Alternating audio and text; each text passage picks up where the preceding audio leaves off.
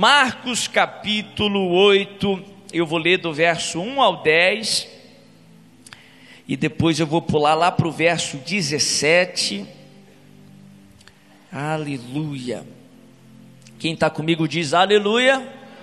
Se você não está com a sua Bíblia aí, você pode acompanhar na projeção, Evangelho segundo São Marcos, ou segundo João Marcos, capítulo 8, verso 1, a Bíblia diz assim: naqueles dias outra vez reuniu-se uma grande multidão.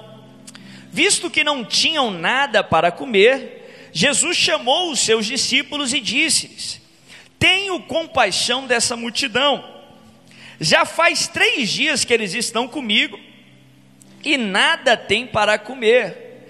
Se eu os mandar para casa com fome, vão desfalecer no caminho, porque alguns deles vieram de longe. Os seus discípulos responderam: onde nesse lugar deserto poderia alguém conseguir pão suficiente para alimentá-los? Quantos pães você tem? Perguntou Jesus. 7, responderam eles. Ele ordenou à multidão que se assentasse no chão. Depois de tomar os 7 pães e dar graças, partiu-os e os entregou aos seus discípulos, para que os servissem à multidão. E eles o fizeram. Tinham também alguns peixes pequenos, ele deu graças igualmente por eles e disse aos seus discípulos que os distribuíssem. O povo comeu até se fartar e ajuntaram 7 cestos cheios de pedaços que sobraram. Cerca de 4.000 homens estavam presentes, e tendo-os despedido, entrou no barco com os seus discípulos e foi para a região de Dalmanuta. Agora pula para o verso 17, capítulo 8, verso 17, a palavra continua dizendo: percebendo a discussão, Jesus lhes perguntou: por que vocês estão discutindo sobre terem pão? Ainda não compreendem nem percebem? O coração de vocês está endurecido? Vocês têm olhos, mas não veem? Têm ouvidos, mas não ouvem? Não se lembram? Quando eu parti os 5 pães para os 5.000, quantos cestos cheios de pedaços vocês recolheram? 12, responderam eles. E quando eu parti os 7 pães para os 4.000, quantos cestos cheios de pedaços vocês recolheram? 7, responderam eles. Ele lhes disse: vocês ainda não entendem? O tema da ministração hoje, o título da ministração hoje é multiplicação. Fala comigo, multiplicação. Mais uma vez, multiplicação. E é muito pertinente porque nós estamos falando de restituição. Restituição à maneira de Deus é uma restituição com multiplicação. Porque Deus não só traz de volta o que perdeu, como Ele acrescenta 7 vezes mais, ou de acordo com Efésios 3:20, infinitamente mais. Eu quero compartilhar um pouco contigo sobre multiplicação, porque eu creio e tenho declarado que o tempo que nós estamos vivendo é tempo de multiplicação em nome de Jesus. Mas essa passagem que acabamos de ler se trata da segunda multiplicação de pães e de peixes. A Bíblia nos fala de 2 multiplicações que aconteceram no ministério de Jesus. As 2 ocorreram ali na região da Galileia. A primeira delas é relatada nos 4 evangelhos, sobre 4 perspectivas com muito detalhe, muito enriquecedoras. Mas a segunda multiplicação é tratada somente em 2 evangelhos, e é essa que eu escolhi para compartilhar contigo nessa noite.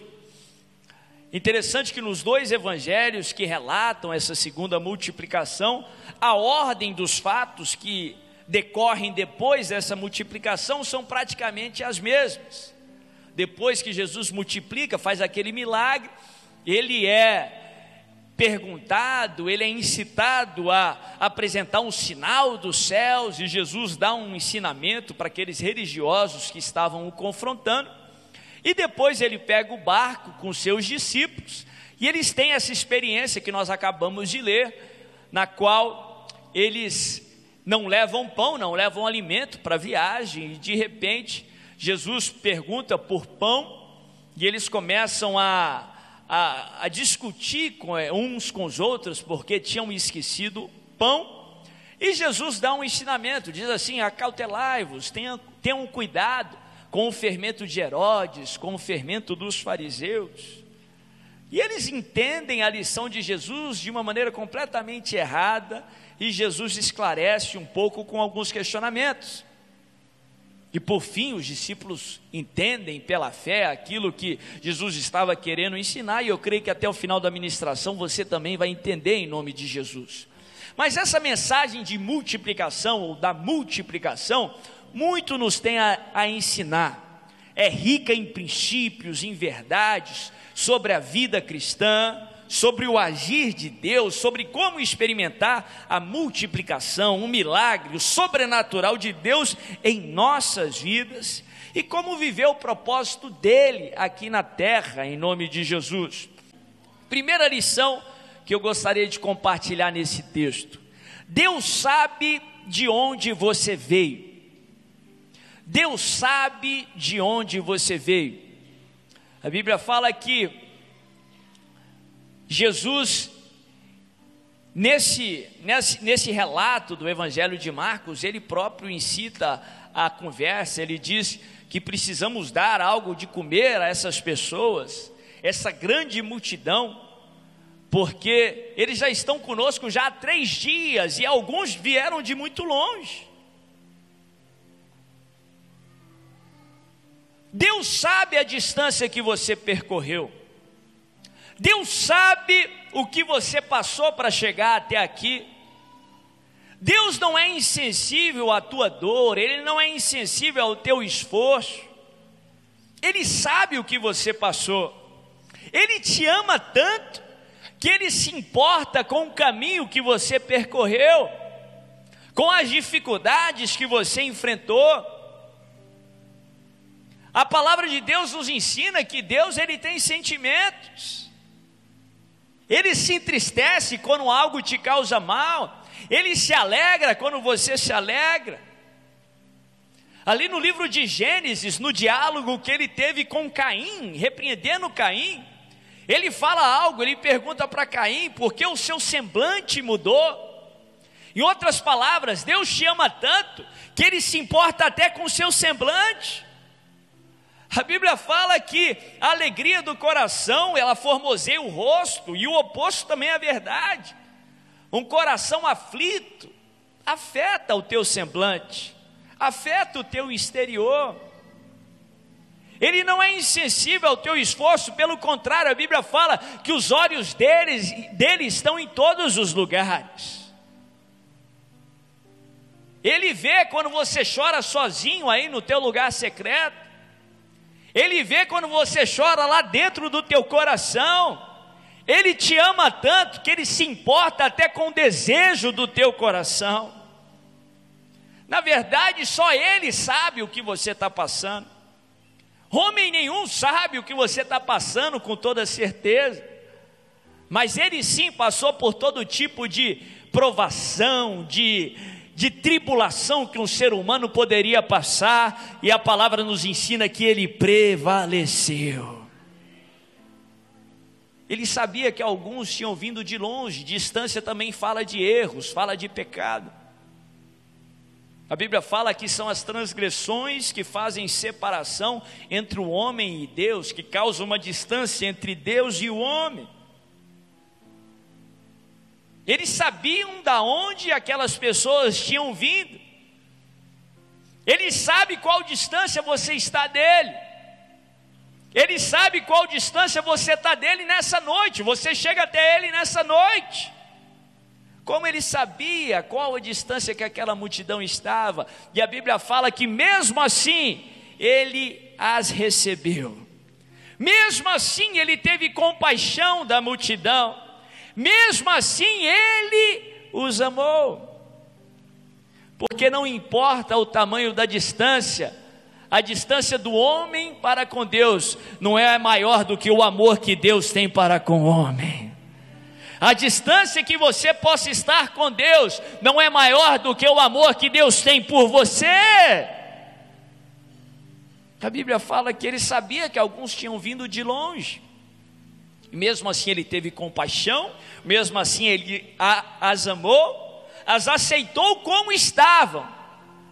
Mas a Bíblia fala que Jesus nos ama de tal maneira, Jesus os amou de tal maneira, que não permitiu que eles saíssem da mesma maneira que estavam, mas ele trouxe a provisão, ele trouxe o alimento que elas precisavam. Segunda lição que eu gostaria de compartilhar com esse texto: Deus não permite que você percorra um caminho que não consiga percorrer. Deus jamais permite que você percorra um caminho que não consiga percorrer. A Bíblia fala que Jesus vira para os discípulos e diz: precisamos dar algo de comer para essa multidão, porque alguns vieram de longe, e se a gente despedir essas pessoas, essa multidão, pelo caminho na qual vieram, sem alimento, elas vão desfalecer. Se fosse para desfalecer no meio do caminho, Jesus não teria permitido que elas saíssem dali. Deus não vai permitir você entrar por um caminho se for para desfalecer nesse caminho. Sabe por que Ele não permitiu que você andasse por um caminho? Sabe por que Ele disse não para você? Sabe por que Ele permitiu que uma porta fosse fechada? Porque você ia desfalecer nesse caminho. Você ia desfalecer por essa porta. Se for para causar um mal para você, Ele não vai permitir que aconteça. Ele não permite que você ande por uma jornada que você não consiga ir, que você carregue uma cruz que não consiga carregar, que você enfrente uma batalha que não consiga lutar e prevalecer. Se Ele permitiu você enfrentar, é porque você pode lutar e você pode prevalecer. Aquela multidão nem sabia, provavelmente, mas Jesus teve compaixão delas. Jesus viu uma necessidade que elas tinham, e Jesus fez um milagre. Ele multiplicou para dar o alimento que elas precisavam para voltar pelo caminho que vieram, para andar por aquela jornada. Talvez quando elas estavam alimentando, nem deram conta que era um milagre, nem deram conta que era naquela força, naquele alimento que elas percorreriam o caminho de volta. Talvez você nem tenha tomado consciência, mas o Senhor te deu o alimento que você precisava. Talvez você nem sabia, mas sobre ti tem a força do Espírito Santo, sobre ti tem a graça do Deus Todo-Poderoso, para você enfrentar e para você prevalecer. Se você chegou aqui nessa noite pensando em desistir, pensando que não daria conta, eu creio que o Espírito Santo te trouxe aqui para que você soubesse disso. Você é mais forte do que você pensa, você é melhor do que você imagina, porque sobre ti tem um alimento celeste, sobre ti tem graça de Deus, para você correr e chegar onde Deus tem para você. Para você resolver esse problema na tua casa, para você enfrentar esse desafio, para você enfrentar esse gigante e ter a vitória do Senhor, em nome de Jesus. Fala para o seu irmão: não desista. Fala para a pessoa do outro lado, diz assim: não pare. Aleluia. Terceira lição que eu gostaria de compartilhar com você. Tem um dos evangelhos que diz que Jesus vira para aquela multidão. Aqui no texto só relata o número de homens que haviam ali. Na segunda multiplicação eram 4.000 homens, sem contar mulheres e crianças. O que se isso obedecer à estatística dos dias de hoje, o número de mulheres e crianças era maior do que o número de homens. Então ali provavelmente tinha no mínimo 8.000 pessoas. A Bíblia fala que Jesus, ele manda o povo assentar. Tem um evangelho que diz que Jesus manda agrupar em grupos de 100 e de 50. Ele organiza aquela multidão. Só então os discípulos pegam aqueles cestos e começam a distribuir. A Bíblia não fala que o milagre, a multiplicação aconteceu antes, e só então os discípulos distribuíram aquela fartura. Não, ele parte o pão, ele pega o peixe, dá para os discípulos e fala: distribui. Enquanto os discípulos obedeciam, o milagre acontecia. Enquanto você obedecer, o teu milagre vai acontecer. A Bíblia fala que Jesus organiza o povo. Depois que ele organiza o povo, acontece a multiplicação. Terceira lição: organização precede a multiplicação. Organização precede a multiplicação. Se você quer multiplicação de Deus na tua vida, organiza a tua vida.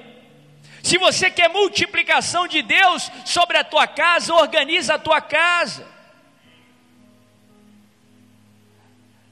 Se na tua vida há desordem, na tua casa há desordem, Deus não vai multiplicar desordem. Deus não vai multiplicar desorganização. Deus não vai multiplicar o caos. A organização precede a multiplicação do Senhor.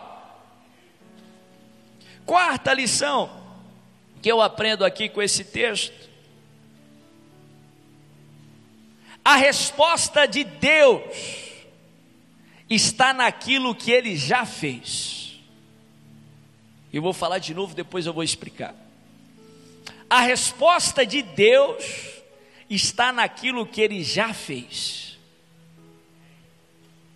Muitas vezes nós buscamos esperança, motivação naquilo que ainda não aconteceu, naquilo que Deus ainda não fez. Mas aquilo que alimenta a tua fé, aquilo que vai trazer a motivação que você precisa, é o que o Senhor já fez. Por que sobraram 12 cestos cheios na primeira multiplicação, 7 cestos cheios na segunda multiplicação? Qualquer cozinheiro de excelência, se ele for fazer aí um buffet, se ele for cozinhar o alimento, primeiro ele acessa o número de pessoas para depois fazer comida para o número de pessoas.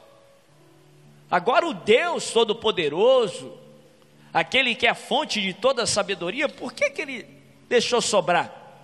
Será que Ele calculou mal? Será que foi um erro do Senhor? Será que Ele deixou sobrar para que eles pudessem comer noutra refeição, no jantar, uma comida requentada, ou no outro dia? Não faz sentido isso. Primeiro que eles não tinham ainda conhecimento sobre, ou pelo menos o conhecimento que temos hoje sobre conservação de alimento. E não faz sentido ele fazer comida hoje para amanhã. O maná de hoje não serve para amanhã. Aquele que proveu o maná hoje, ele proveu o maná amanhã. Aquele que multiplicou hoje, ele multiplicaria amanhã.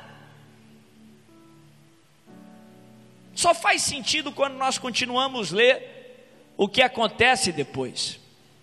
Por que Ele permitiu 7 cestos cheios? Por que Ele permitiu? Ele fez de propósito que sobrassem 12 cestos cheios.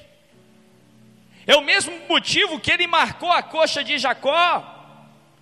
É o mesmo motivo que depois que o povo cruzou o rio Jordão, Ele mandou o povo fazer um altar de 12 pedras em memorial.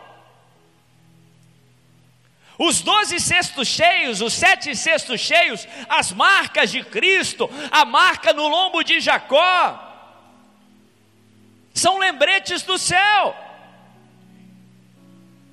Sabe por quê? O que Deus tinha para os discípulos era algo ainda maior. O que Deus tem para a tua vida é algo ainda maior. A tua jornada não acaba aqui. Deus ainda tem planos para realizar na tua vida. Deus tem ainda um propósito para realizar na tua vida. Deus tem mais para você. E se Ele tem mais, você vai enfrentar outras dificuldades. Se ele tem mais vitórias, mais crescimento, isso só vem através de batalhas e desafios. Por que ele permitiu os cestos cheios? Para que no próximo nível, na próxima dificuldade, no próximo desafio, os discípulos pudessem se lembrar que aquele que multiplicou lá atrás, ele multiplica hoje e ele multiplica amanhã. Aquele que foi fiel lá atrás, ele é fiel hoje e ele permanece fiel amanhã. Aquele que abriu o mar vermelho, ele abre o rio Jordão, ele abre um caminho no meio da tempestade, ele continua sendo Deus. Depois eles entram no barco, falta pão, e eles começam a dizer: ixi. Jesus diz: cuidado com o fermento da religião, com o fermento do humanismo, de Herodes. E eles falam: ixi, ele está brigando por causa do pão, ele está com fome. Aí Jesus, ele faz essa exortação que nós lemos. Ele diz: será que vocês ainda não entenderam? Quantos cestos cheios vocês recolheram na primeira multiplicação? 12. E na segunda, quando eu alimentei 4.000 homens fartamente, fora mulheres e crianças, quantos cestos cheios? 7. Vocês ainda não compreenderam? A bronca de Jesus não era por uma incredulidade dos discípulos. A repreensão de Jesus não foi porque eles estavam com medo, não.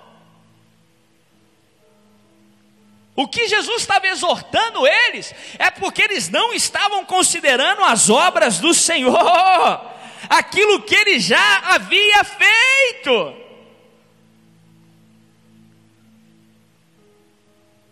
Para que Deus possa fazer mais na tua vida, você precisa considerar aquilo que Ele já fez. Interessante que no Antigo Testamento, Deus mandava o povo de ano em ano.